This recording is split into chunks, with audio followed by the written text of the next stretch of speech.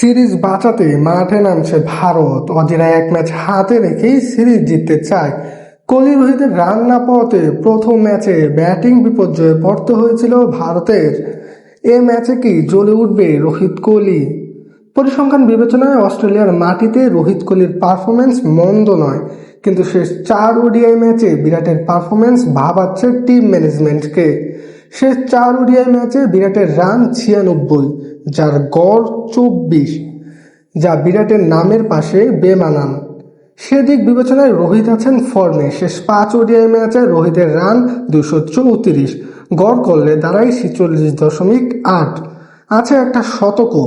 কিন্তু অস্ট্রেলিয়ার মাটিতে সিরিজ বাঁচিয়ে রাখতে হলে পারফর্ম করতে হবে রোহিত কোহলির, তবে সমতায় ফিরতে পারবে ভারত।